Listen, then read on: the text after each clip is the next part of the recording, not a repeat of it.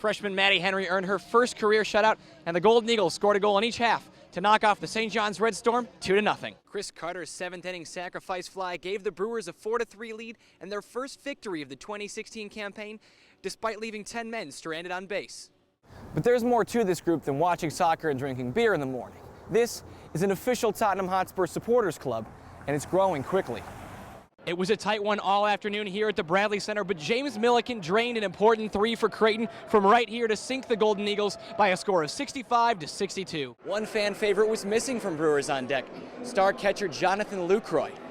Despite his offseason comments about his desire to win, the front office assured us that he'd be around come spring training.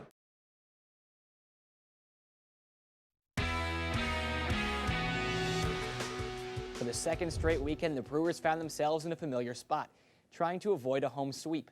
This time, it was against the Miami Marlins. Great start for the crew. Domingo Santana here with a leadoff home run in the first inning.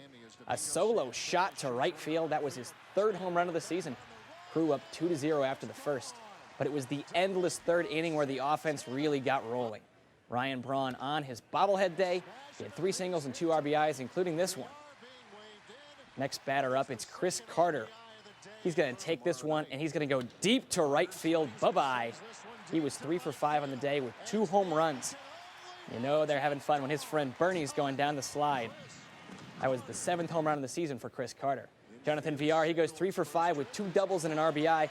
Brewers go on to score 7 runs in the third, the most runs they've had in a single inning this season.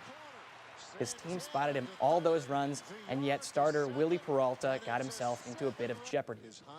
He gave up 3 runs in the 5th and another in the 6th before getting pulled, but he still earned the win. The crew avoids the sweep and snaps a 4-game losing streak. The final today, 14-5.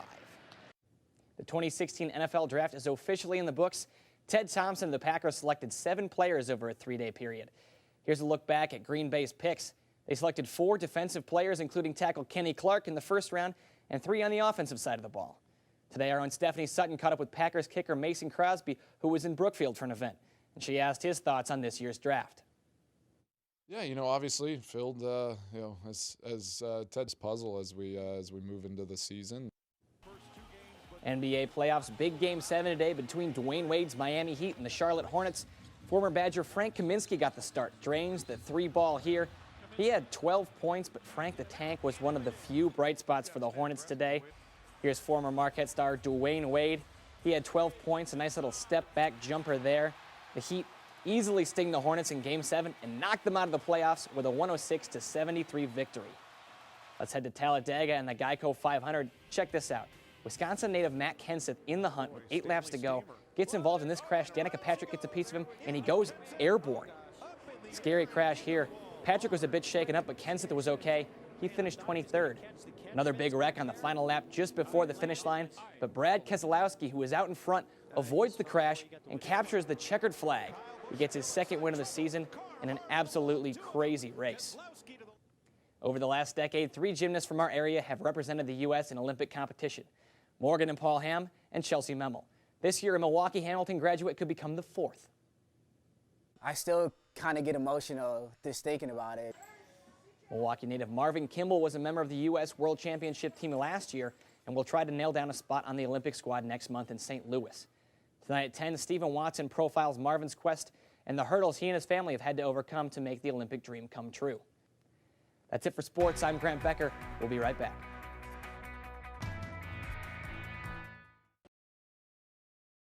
Nice, perfect.